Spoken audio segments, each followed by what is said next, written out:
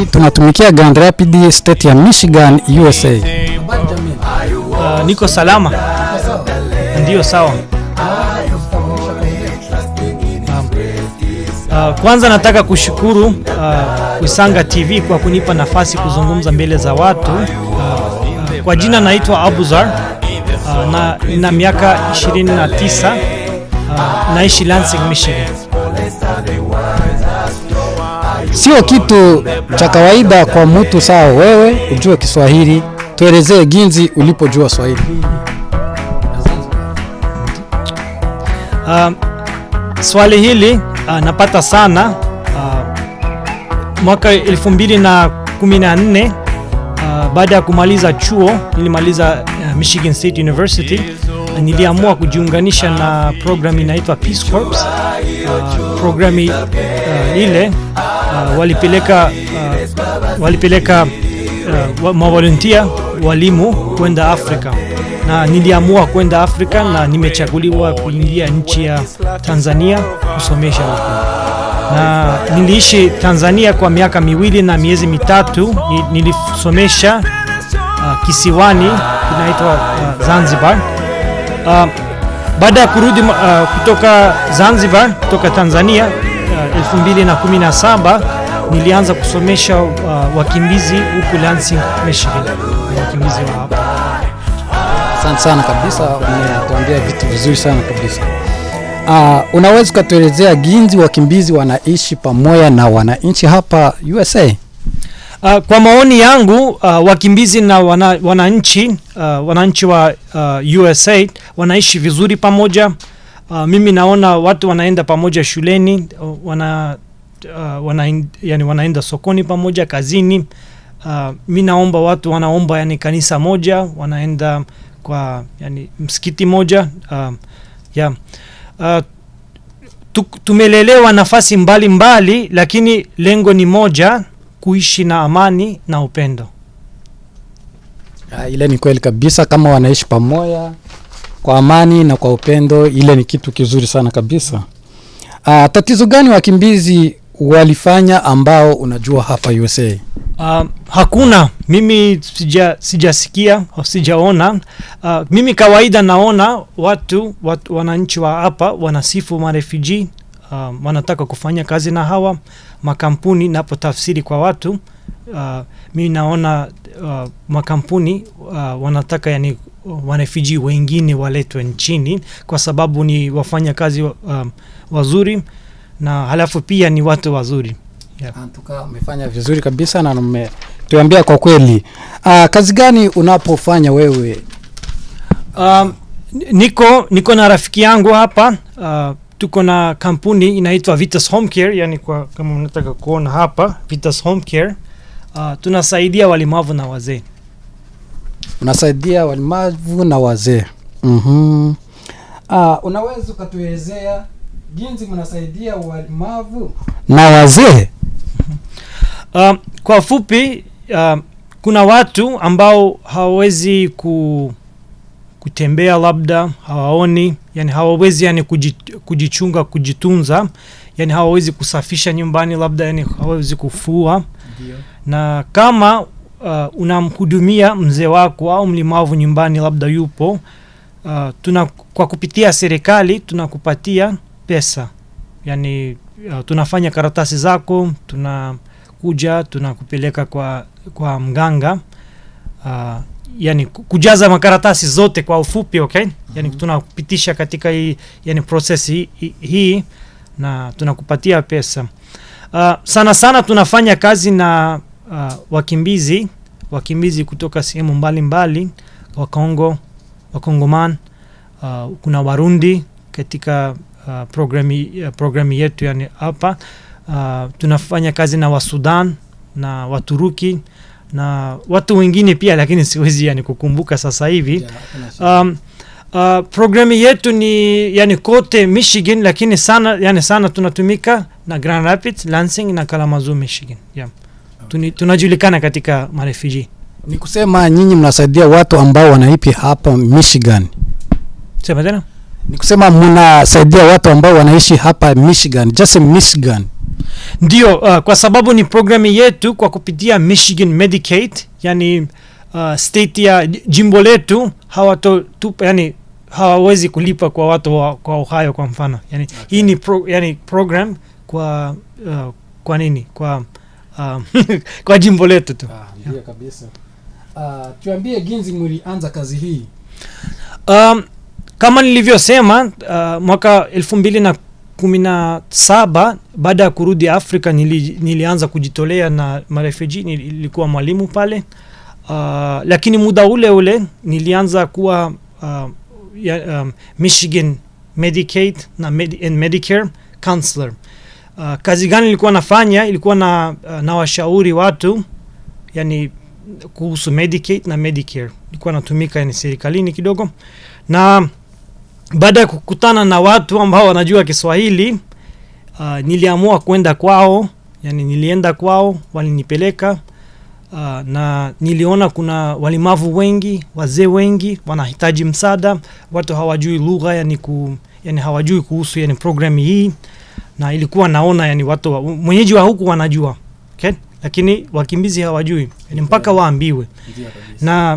Na kwa sababu ilikuwa nishafanya ndani ya serikali kazi hii, yani niliamua kuunganisha zote kazi mbili, okay? Vyote viwili, yani huku nasomesha, huku niko na wapi natumika katika Medicaid. Niliunganisha yani kazi mbili, na niliamua yani kufungua kampuni hii na rafiki yangu, anaitwa Bartos.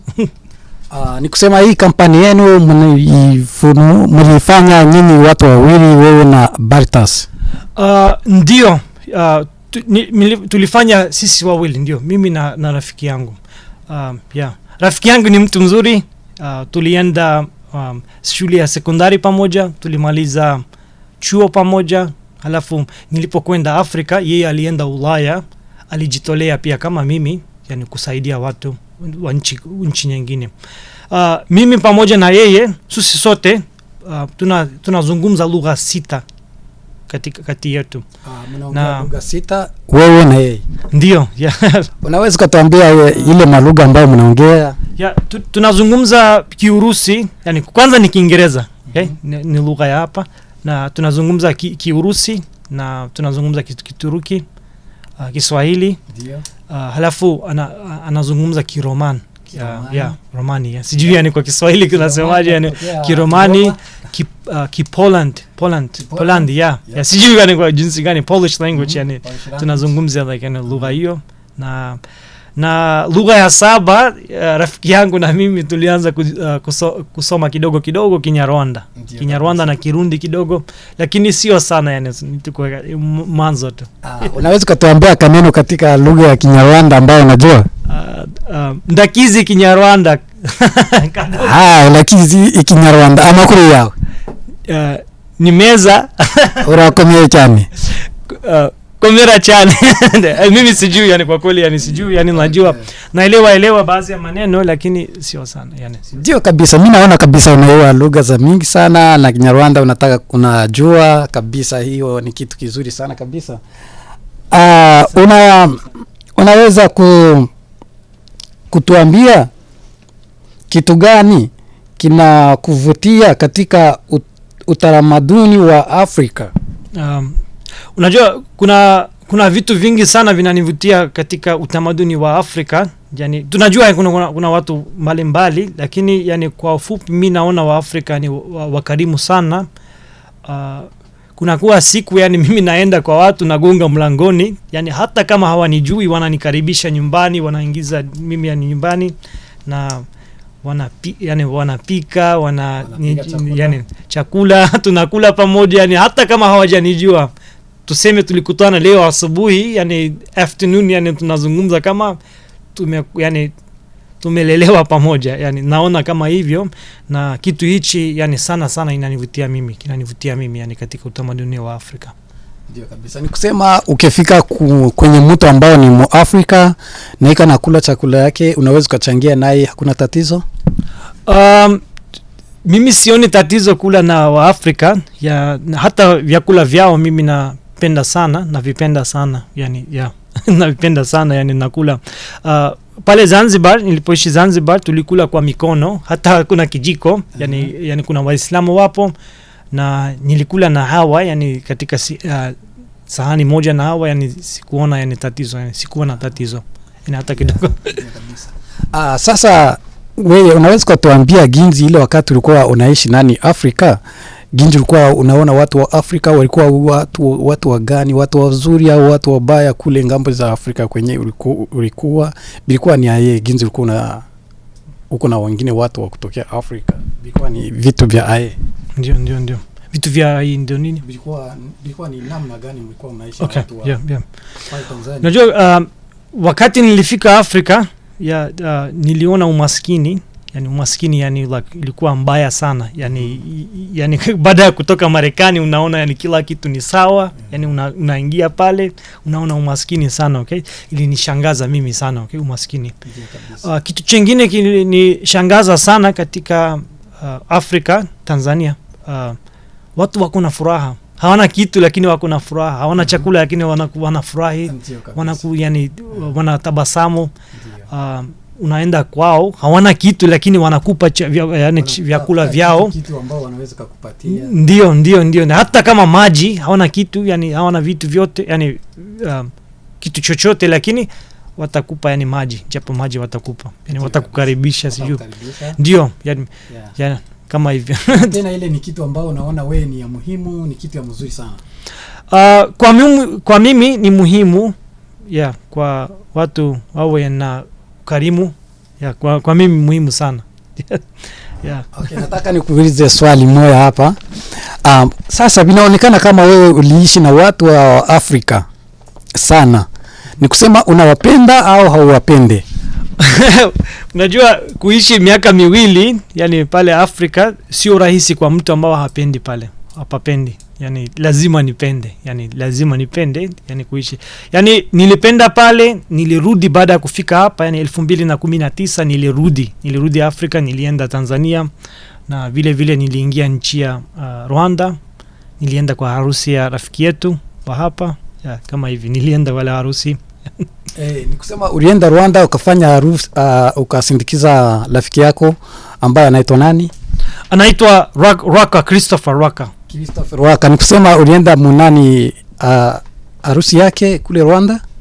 Ndio, nilienda kwa harusi yake pale Rwanda, yani harusi yake imefanywa wapi?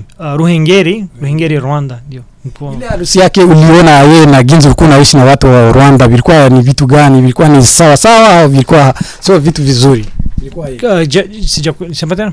Nasema ile harusi ya Rwaka ya Christophe ilikuwa ni harusi ya mzuri sana kuliko ambao harusi unajua, au ilikuwa unajua ilikuwa tofauti sana, lakini kuna kitu kimoja yani kimevutia sana, yani unaweza kuona yani faster tu, yani jinsi watu wanavaa nguo zao, yani wanawake wanavaa, yani kuna culture, unaona utamaduni ya wapi, ya Rwanda, ya Kinyarwanda, ndio unaona utamaduni, kuna vyakula vingi, panapendeza, yani kwanza yani mazingira ya Rwanda panapendeza sana, sana wale Ruhengeri.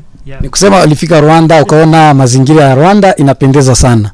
Sana milima, huku Michigan hakuna milima, yani milima hakuna, yani like tupo tu, yani like yani straight.